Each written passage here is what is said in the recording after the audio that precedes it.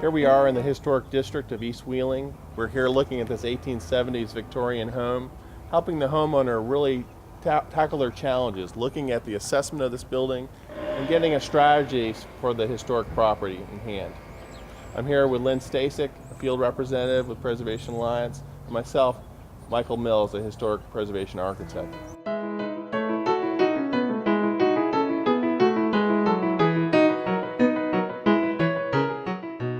Lynn, we're about to go into this property and meet the homeowner, Rebecca. How are we going to put the preservation issues into perspective for her? Really, where to start and what a plan of action might be to preserve this historic property? Sure, Michael. What we'll do is we'll do an assessment of the exterior envelope of the building, then we can go to the basement, then we'll go to the interior. You know, a project like this is a series of baby steps. It can become overwhelming if you don't view it that way. So from our evaluation here, what we will do is generate a narrative needs assessment for the homeowner that she can use when talking with contractors, when applying for grants, when applying for tax credits. And so we can give her a good idea of just what it is that she needs to do. Lynn, let's get started in the basement. Let's do. Some of the things I want to look at are the foundations. Are we getting any water in the basement? Some deterioration, any structural issues, understand the basic infrastructure of this building. Rebecca. Hi. How are you? Hi, Beck. Good, how are you? Yeah, good to see you. Good to see you again. Lynn and I have had a chance to get around your basement, understand a little bit about the structure. We have some ideas about the assessment and kind of some things that we've seen that might be needed to be addressed. But from your perspective, what's going on here? Have you had any problems, any water issues, structural issues? I haven't really had too many problems down here in the basement. Some things that concern me are some of the disintegrating brick around the outside, and also up in the living room or in the front door area there is some sagging of the floor. So it kind of makes me question how the floor joists are doing, if there's trouble in the support of the floor system. Okay, great. Lynn, why don't you share a little perspective of what we've seen and some Sure. issues that we might look at together? Well, there are some issues with the floor joists. This is a very valuable tool. This is simply an ice pick. You can go around and you can check to see the density of the wood. In the other room here, we do have a beam that's turning very powdery.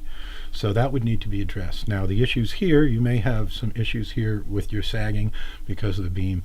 Those can be addressed as well. I think we even found a place where there's actually a notch cut out. Looked like they may have run a piece of ductwork through and really compromised that beam. So we'll look at that here together. Okay. And you mentioned the powdered brick. I think if we look behind you here, you can see where some moisture has penetrated the wall, likely from the sidewalk where there's been some snow kind of build up and probably over time just seepage into the brick. But as we get back further into the building, you can see it's not as bad. So certainly towards this front wall, we're seeing some real moisture that had happened over time. Doesn't look active, but then again, this brick wall is probably 16 inches thick, so it probably is wet all the way through, and this might be an area that we want to look at stabilization and some minor repointing and probably some brick replacement over a time. So we need to get a plan together for this particular area.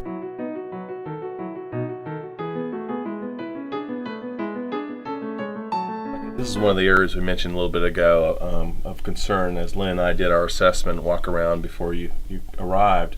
This is a place where it looks like they had a piece of ductwork that literally ran through the beam. They notched out the beam to allow the ductwork to run, and really something we probably need to address pretty quickly. Not something that's going to fall in tomorrow, but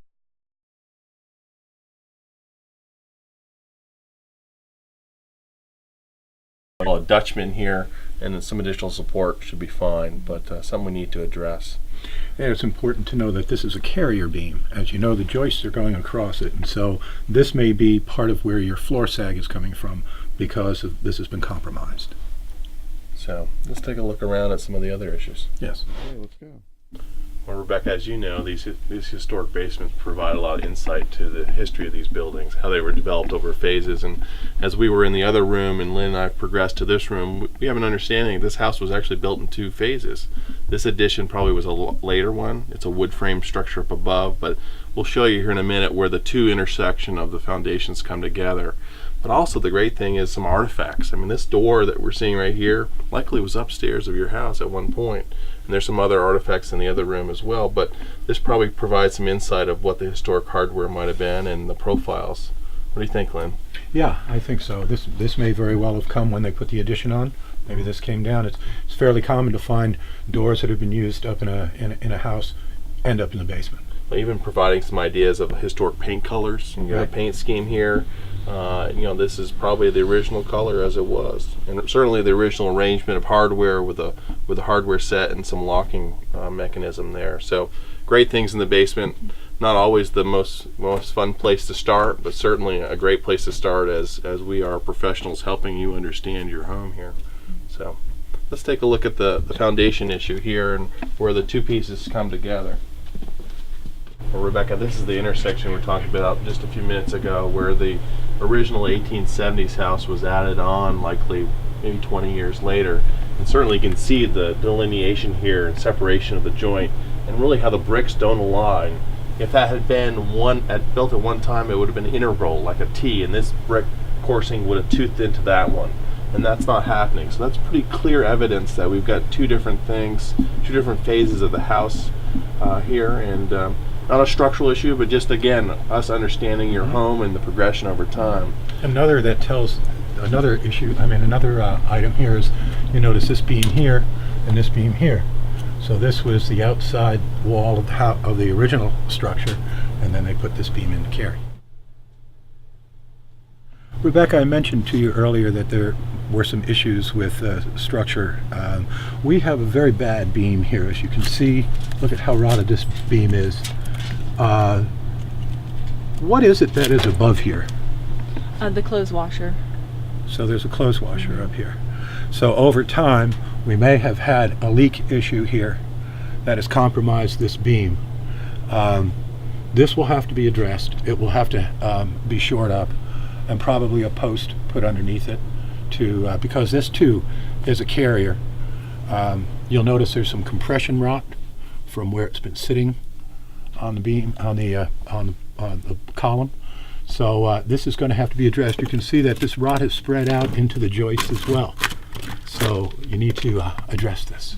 Well, I think we have a good perspective on the basement and its issues and challenges. Let's get inside and take a look upstairs. Let's see what we have. Well, Rebecca, we've come up from the basement to your second level here to discover an area that Lynn and I had come upon earlier. Must be a roof leak from earlier in the year, or has this been going on for a while? Well, I guess it started probably in the fall, and at first just a bubble started forming under the paper on the plaster ceiling, and then it took a couple months of a progressive leak to actually make the plaster fall in. So it started probably sometime in November. Again, a pretty typical issue with historic properties. It all starts with a leak, probably a box gutter or some sort of area up in the roof where it's just dammed up, because we're not seeing it elsewhere in the second floor. It's probably a concentrated area where there's been some ice damming. But we've got some horsehair plaster on lath, and actually the bubbling up of the plaster the paper probably condensed it and held it in place for a long time. And you see that a lot in historic properties where they've overlaid it either with a canvas or just a wallpaper at times, and it really covered up a lot of the cracks. It was more of an aesthetic decision, but really it's a structural integrity issue. It really has held it in place for that long. So this is a pretty typical thing. And Lynn, how might we approach an issue like this? Yeah, we can go back far enough. What has happened, of course, with the lath, the plaster keys have come off the plaster itself. The plaster oozes through the lath and forms a key. They've come off, and so of course now the plaster's dropping. This would have to be taken back to a point, cut back where the plaster is still solid. You would probably want to re-nail this lath, and then you could replaster. You could throw a ground or brown coat is what they call, and then a skim coat, and you can make this disappear. Yeah. And you might just, as a temporary measure, take a piece of plywood and put it in place and just stabilize it with some 2x4s, just so you don't end up with the rest of the ceiling coming down. Of course, the first thing we want to do is make sure the water's stopped. So get the roof fixed first, and maybe that's an issue that for another day. But certainly that's the first step, is correct the problem, and then we can stabilize things here from below.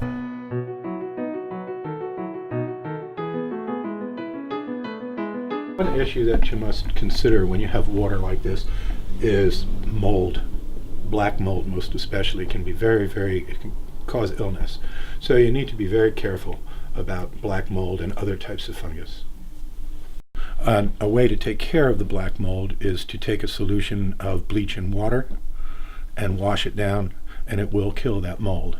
But until you take care of the roof issue, it'll only come back because of the presence of water.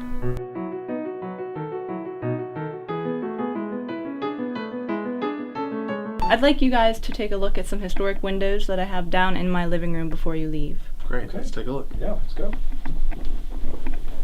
Rebecca, when we were downstairs, you mentioned some issues with the wood floor sagging. Here we are in front of the front window, viewing some areas. Again, not of great concern, some things we can deal with from below, but you know, we've got a window here of a Victorian era, 9 foot tall. It's the original, seems to be the original window, original hardware. Done some things over time to really mitigate the issues of weatherization. We've got an exterior storm window on. We've got some plastic on the inside. Again, doing nothing to destroy the historic integrity of the window, but really dealing with the realities of owning a historic property and the realities of the economics of heating your home. So, but you know, as Lynn will share here in a minute, we've got some things that we probably can do over time. Again, not something that needs to be done right away, but in order to preserve the window and really rehabilitate it, maybe even look at some energy improvement to the actual historic window itself.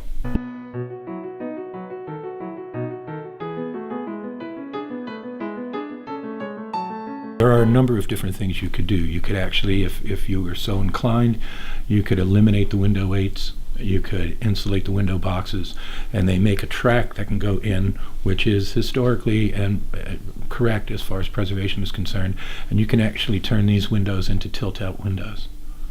So there are a number of options here. The best thing to do is keep your historic wooden windows. You can always get rope, you can always get glass, you can always get wood, but with modern windows, there are so many more constituent parts that can fail that it's recommended, as far as a historic home is concerned, is to maintain your historic wooden windows.